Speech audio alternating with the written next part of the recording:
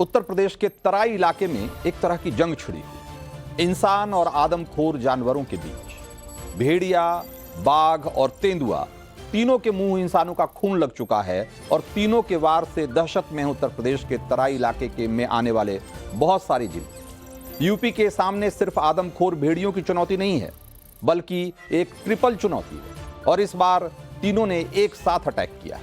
आज नवभारत पर हम आपके सामने इन तीनों आदमखोरों के आतंक को लेकर एक बड़ा खुलासा करने जा रहे हैं। तो चलिए सबसे पहले आपको तीनों का टारगेट एरिया दिखाते हैं और फिर बताते हैं कि कैसे एक साथ तीन जंगली जानवर आदमखोर बन चुके हैं।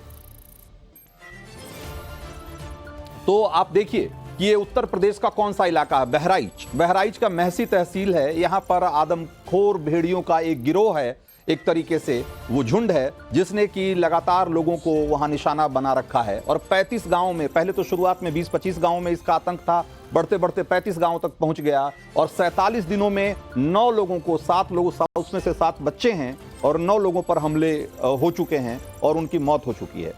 तो आप सोचिए कि किस तरीके से वहां पर आतंक है इन भेड़ियों का, खूनी भेड़ियों का। दूसरी तरफ उसी से सटा हुआ जिला है, उसी के पास का जिला है लखीमपुर खीरी। ये भी तराई का ही इलाका आता है। यहां भी आदमखोर बाघ का आतंक फैला हुआ है और आदमखोर बाघ ने अभी आज ही जो है वो एक किसान पे हमला किया, उसको 200 मीटर तक घसीट कर लेकर गया और उसकी जान ले ली। उसके गले पर हमला किया और एक तरीके से उसकी मौत हो गई। हालांकि उसकी बॉडी बाद में रिकवर हुई। तो ये पहला मौका नहीं था। 26 दिनों में 4 लोगों की जान जा चुकी है बाघों के हमले की वजह। आप सोचिए, तो एक और मैंने बताया आपको कि बहराइच, लखीमपुर खीरी, ये दोनों सटे हुए जिले हैं, तराई के जिले हैं। अब थोड़ा पूर्वांचल की तरफ आइए, महाराजगंज का इलाका है, ये भी तराई का ही इलाका है। आप जैसा देख सकते हैं नेपाल से सटी हुई सीमा है इसकी। तो महाराजगंज में नौतनवा इलाका है, यहां पर तेंदुओं का आतंक और तेंदुए भी लगातार यहां हमले कर रहे हैं और एक तेंदुए के हमले में एक किसान बुरी तरह से घायल हो गया। तेंदुआ ने, जब किसान खेत में काम कर रहा था, उस समय तेंदुए ने हमला किया। किसान थोड़ी देर उससे लड़ने की कोशिश किया, लेकिन इस लड़ाई में वो बुरी तरह से जख्मी हो गया। हालांकि तेंदुआ बाद में उसे छोड़कर भाग गया। तो ये 3 जो तराई के इलाके हैं, पश्चिम आप यूं कहिए कि उत्तर प्रदेश के जो 3 तराई के जिले हैं, वो वहां पर इन 3 तरह के जंगली जानवरों का आतंक है। ये आतंक क्यों है? अभी एक बड़ा सवाल उठता है कि एक साथ ऐसा क्या हुआ कि बाघ, तेंदुए और भेड़िए तीनों इंसानी बस्तियों की तरफ आ गए और तीनों इंसानों पे हमले कर रहे हैं।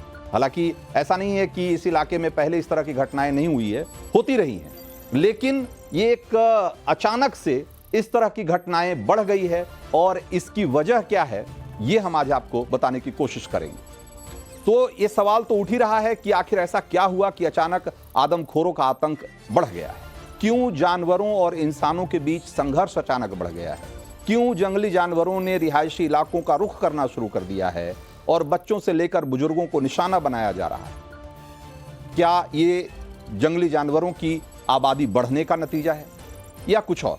ये तमाम सवाल हैं जिसका जवाब हम तलाशने की कोशिश करेंगे, लेकिन उससे पहले जरा देख लीजिए कि यूपी के तराई इलाके में किस किस तरह के जानवर हैं और किस तरीके की इनकी आबादी रही है। तो इस इलाके में अगर आप देखेंगे तो जंगली जानवरों का आना कोई नई बात नहीं है। तराई के जंगलों में शुरुआत से ही जंगली जानवरों की ठीक ठाक तादाद रही है और बीते सालों में जंगली जानवरों को अवैध शिकार से बचाने की जो मुहिम चल रही है, उसका असर ये हुआ है कि उनकी संख्या में बढ़ोतरी हुई है। और कैसे और कितनी बढ़ोतरी हुई है, उनकी संख्या कितनी है, जरा एक बार वो भी देख लीजिए। तो साल 2022 के आंकड़े के मुताबिक उत्तर प्रदेश के तराई में बाघों की संख्या करीब 152 है और तेंदुओं की अगर बात की जाए तो पूरे यूपी में उनकी तादाद 371 काउंट की गई है, जिनमें से ज्यादातर इसी तराई वाले इलाके में ही आते हैं। तराई वाला इलाका मतलब कि जो नेपाल है, नेपाल से सटा हुआ जो इलाका है, बॉर्डर से सटा हुआ इलाका, और जिसके बाद एक तरीके से जंगल का इलाका शुरू हो जाता है, वो तराई वाले इलाके कहे जाते हैं। तो तराई में भेड़ियों की गिनती अभी नहीं हुई है, लेकिन देश भर में भेड़ियों की कुल संख्या करीब 3100 बताई जा रही है और माना जाता है कि तराई के इलाकों में भी बड़ी संख्या में भेड़िए पाए जाते हैं और कई बार नेपाल से भी भेड़िए भारत की तरफ आ जाते हैं। तो ये है स्थिति तराई के इन जिलों में, जहां पर कि जंगली जानवरों की आबादी ठीक ठाक हमेशा से रही। तो यूपी में तराई का इलाका जंगल से सटा हुआ है और जंगलों से सटी हुई इंसानी बस्तियां भी हैं, खेत भी हैं। जंगल से निकलकर खेतों में काम कर रहे लोग या गांव के बच्चों को शिकार बनाना जंगली जानवरों के लिए बहुत आसान होता है। बहराइच में आदमखोर भेड़िए का झुंड हो, जिसकी ड्रोन की तस्वीरें हम आपको अभी दिखा रहे हैं स्क्रीन पे, या फिर लखीमपुर खीरी में टाइगर का टेरर हो, या फिर महाराजगंज में तेंदुए का आतंक, ये सारे इलाके जंगल से सटे हुए हैं। अब सवाल यह है कि अचानक से इंसानी बस्तियां इन जानवरों के निशाने पर क्यों आ गई? ऐसी घटनाएं अचानक से बढ़ क्यों गई? तो इसके पीछे एक बड़ी वजह जो बताई जा रही है वो हम आपको समझाने की कोशिश करते हैं। आप ये जो तस्वीरें अभी आप देख रहे हैं, इसमें आप देखिए कि एक जंगल का सेटअप है, जिसमें कि अपनी गुफा में भेड़िया भी दिखाई दे रहा है, बाघ भी दिखाई दे रहा है, पेड़ पर एक तेंदुआ भी है ना। तो ये अमूमन जंगलों में पाए जाते हैं इस तरीके से। और लेकिन हुआ क्या कि पिछले दिनों नेपाल में और जो तराई वाले इलाके हैं उस इलाके में बाढ़ की घटनाएं, बहुत सारी नदियों में उफान आया और जंगलों में बाढ़ का पानी घुस गया, जिसकी वजह से जो चितवन नेशनल पार्क से लेकर के और जो दूसरे जो वहां पर जंगली इलाके हैं वहां पर पानी बढ़ गया और इनका जो नेचुरल हैबिटेट है एक तरीके से, जहां पर कि ये सामान्य रूप से रहते हैं ये जंगली जानवर, वहां पानी भर गया, जिसकी वजह से बहुत सारे जंगली जानवर वो नीचे के इलाकों में आ गए। तराई के जो जिले हैं वो उसमें रिहायशी जो इंसानों की रिहायशी बस्तियां हैं उस तरफ चले आए, और इसीलिए हाल के दिनों में इंसानों और जंगली जानवरों के बीच में जो एक क्लैश की घटनाएं बढ़ती हुई दिखाई दे रही है, इंसानों पर हमले की घटनाएं बढ़ गई। तो अब आपने देख लिया कि आखिर क्यों और कैसे भेड़ियों ने इंसानी बस्तियों का रुख कर लिया। लेकिन क्या आप जानते हैं कि भेड़िए झुंड में रहते हैं? आप में से बहुत सारे लोगों को पता होगा कि भेड़िए झुंड में तो रहते ही हैं, वो एक खास तरह की आवाज भी निकालते हैं जिसे कि हाउलिंग कहते हैं, हुआ टाइप की आवाज। जैसे आपने सुना होगा कि जो लोमड़ी और सियार करते हैं उससे थोड़ी ऊंची आवाज में जो आवाज निकालते हैं खास तरह से, उसको हाउलिंग कहते हैं। तो ये ऐसा जानवर है जो अपनी खास किस्म की आवाज की वजह से अपनी मौजूदगी दर्ज करा देता है। आसपास के लोगों को पता लग जाता है कि आसपास कोई भेड़िया होगा। तो एक सवाल ये भी उठ रहा है कि फिर कैसे इतने सारे लोग इसका शिकार हो जा रहे हैं, कैसे इतने सारे लोग इसकी वजह से मारे जा रहे हैं? तो इसके दो संभावित जवाब हो सकते हैं।